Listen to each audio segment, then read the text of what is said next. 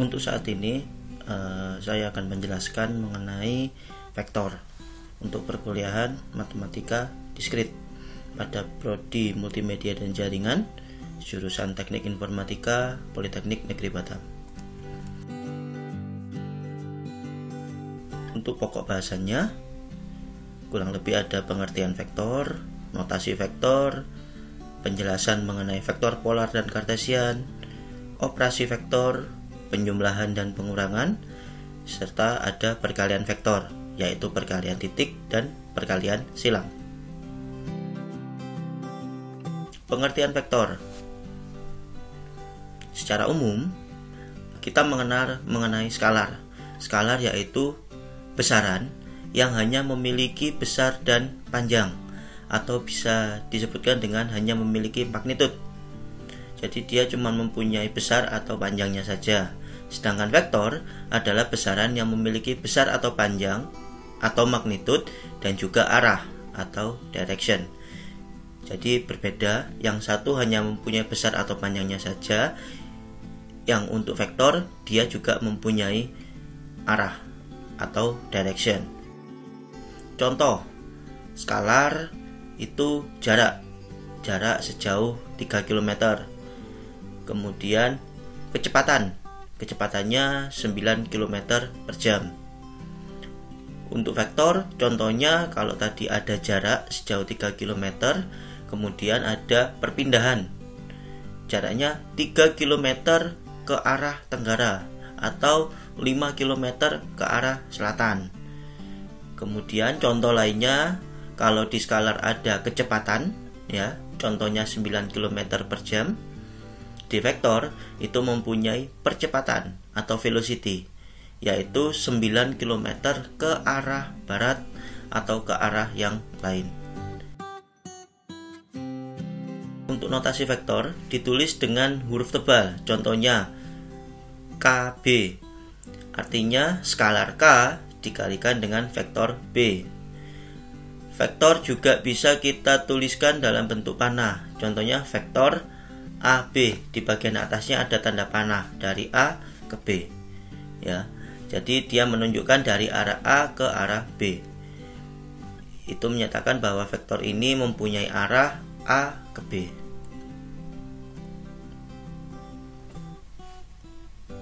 Kemudian pada vektor, kita mengenal dua jenis vektor, ada vektor kartesian dan vektor polar. Untuk vektor kartesian, itu menggunakan koordinat kartesian, sesuai dengan namanya. Vektor dinyatakan dalam koordinat X dan Y, untuk yang 2 dimensi. Sedangkan untuk yang 3 dimensi, berarti dia dinyatakan dalam sumbu X, Y, dan Z. Kemudian, untuk vektor polar menggunakan koordinat polar.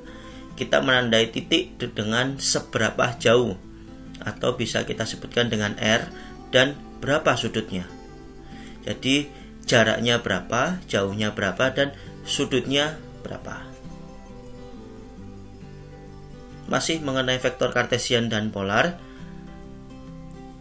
ada konversi dari koordinat kartesian atau XY ke koordinat polar R, tetanya atau sudutnya, yaitu R sama dengan akar X kuadrat plus Y kuadrat. Jadi ini seperti menggunakan rumus segitiga, ya. Jadi kalau mencari garis miringnya atau mencari jaraknya, R-nya, berarti X akar dari X kuadrat ditambah Y kuadrat. Untuk mencari sudutnya, kita menggunakan rumus inverse tan dalam kurung Y per X. Contohnya, di sini ditanyakan berapa koordinat polar dari vektor 12,5. Jadi ada sumbu X-nya 12, sumbu Y-nya 5. Kita bisa mencari koordinat polarnya. R-nya sama dengan akar 12 kuadrat ditambah 5 kuadrat, sama dengan akar 100 dari 144 ditambah 25, sama dengan akar 169 atau 13. Jadi R-nya jaraknya adalah 13. Mencari sudutnya bagaimana? kita masukkan rumus inverse tan Y per X atau inverse tan 5 per 12 sama dengan kalau dihitung 22,6 derajat. Jadi koordinat polarnya R-nya 13, sudutnya 22,6 derajat. Kemudian, bagaimana kalau sebaliknya? Konversi dari koordinat polar ke koordinat kartesian. Maka untuk sumbu X pada koordinat kartesian, kita bisa menggunakan rumus R kali cos theta. Kemudian untuk sumbu Y-nya sama dengan R kali sin theta. Contohnya, berapa koordinat kartesian dari vektor 13,22,6 derajat. Jadi ini kita mencoba membalikkan ya dari contoh soal sebelumnya. Kalau di sini diketahui R-nya 13, sudutnya 22,6 derajat, berapa sumbu X-nya dan berapa sumbu Y-nya? Sumbu X-nya sama dengan 13 dikali cos 22,6 sama dengan 12. Sumbu Y-nya sama dengan 13 dikali sin 22,6 sama dengan 5. Jadi koordinat kartesiannya adalah 12,5. Sumbu X-nya 12, sumbu Y-nya 5. Berikutnya kita masuk ke operasi vektor. Yang pertama mengenai penjumlahan dan pengurangan.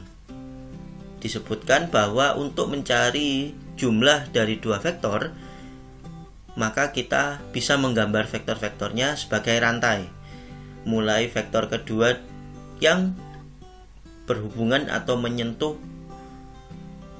ujung dari vektor pertama. Jumlahnya adalah vektor yang menghubungkan pangkal vektor pertama dengan ujung vektor kedua. Oke, kalau dikurangi bagaimana? Kalau pengurangan ya tinggal kita balik, maka arah vektornya kita balik.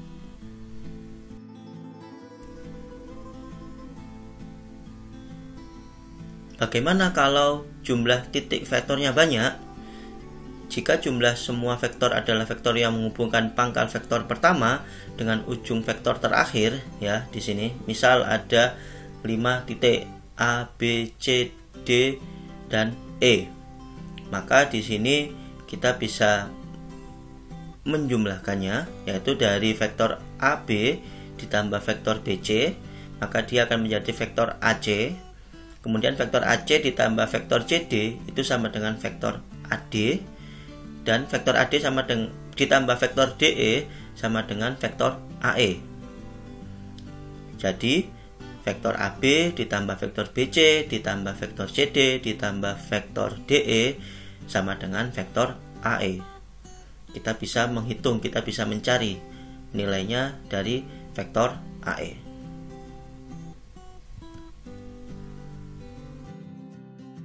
Berikutnya, perkalian titik dari vektor akan menghasilkan skalar. Untuk sumbu 2 atau R pangkat 2, jika U itu nilainya U1, U2 dan V itu sama dengan V1, V2, maka vektor-vektor yang tidak 0 nilainya di R2 ya, dengan syaratnya vektornya tidak 0 di pada R dengan dua sumbu ini, maka U dikali V sama dengan U1 kali V1 ditambah U2 kali V2. Sedangkan pada R pangkat 3 atau vektor yang punya sumbu 3 titik dengan U-nya yaitu U1, U2, U3 dan V-nya V1, V2 dan V3 dengan syarat vektornya tidak 0, maka U dikali V sama dengan U1 kali V1 ditambah U2 kali V2 ditambah U3 kali V3. Kemudian jika vektornya dalam bentuk polar, maka perkalian titiknya U dikali V ya, maka nilai U ya dikali nilai V dikali cos theta, dimana untuk nilai U-nya adalah panjang vektor U atau R-nya. Begitu juga untuk V-nya, itu adalah panjang dari vektor V. Contoh dari operasi titik, diketahui A sumbunya yaitu 3,4 dan B 0,-2. C itu sama dengan 1,5,6, berarti sumbunya adalah 1, 5, dan 6. Untuk D sumbunya yaitu -1, 0, dan 3. Maka A dikali B itu sama dengan 3 kali 0 ditambah 4 kali -2, atau A1 kali B1 ditambah A2 kali B2. Maka hasilnya sama dengan 0 ditambah -8 atau sama dengan -8. Untuk C dikali D ya, maka 1 dikali -1 ditambah 5 dikali 0 ditambah 6 dikali 3. Hasilnya -1 tambah 0 tambah 18 sama dengan 17. Untuk E dikali F-nya ya sama dengan 4 dikali 7 dikali cos 60, yaitu 28 dikali 0,5 sama dengan 14. Untuk selanjutnya tetap mengenai operasi vektor pada perkalian silang. Perkalian silang adalah perkalian vektor yang juga menghasilkan vektor lain. Perkalian silang vektor A dan B adalah vektor lain yang saling tegak lurus. Itu syaratnya, vektornya harus tegak lurus dengan vektor A dan tegak lurus dengan vektor B. Jika diketahui A itu mempunyai sumbu X, Y, dan Z, B juga mempunyai sumbu X, Y, dan juga Z, maka hasil perkalian silangnya adalah vektor C, atau A dikali B sama dengan C dengan sumbu X, Y, dan Z. Di mana, nah ini cara menghitungnya, untuk mencari CX itu sama dengan AY dan BZ dikurangi AZ BY. Untuk nilai CY sama dengan AZ dikali BX dikurangi AX dan BZ. Untuk CZ itu AX BY dikurangi AY BZ. Seperti yang terlihat pada perhitungan di rumus ini.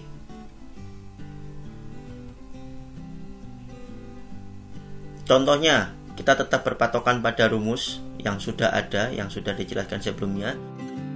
Diketahui sumbu atau koordinat A sama dengan 2,3,4 dan B sama dengan 5,6,7, maka berapa sih sumbu untuk perkalian silang vektor atau yang menghasilkan vektor C? A dikali B. CX-nya di sini kita bisa menghitung 3 dikali 7 dikurangi 4 dikali 6 itu sama dengan 21 dikurangi 24 atau -3. CY-nya 4 dikali 5 dikurangi 2 kali 7 itu sama dengan 20 kurangi 14 atau 6. CZ-nya itu 2 dikali 6 dikurangi 3 dikali 5 sama dengan 12 kurangi 5 sama dengan -3. Maka untuk vektor C sumbunya -3,6, -3 sesuai dengan perhitungan A dikali B. Demikian penjelasan mengenai vektor. Saya harapkan dari sini pendengar yang melihat video ini bisa lebih paham lagi, bisa lebih memahami penjelasan mengenai vektor, kemudian informasi bagaimana menghitung vektor polar, mencari vektor skalar, maupun perkalian penjumlahan vektor A, vektor B, maupun vektor yang C, baik itu yang menggunakan 2 sumbu maupun menggunakan 3 sumbu.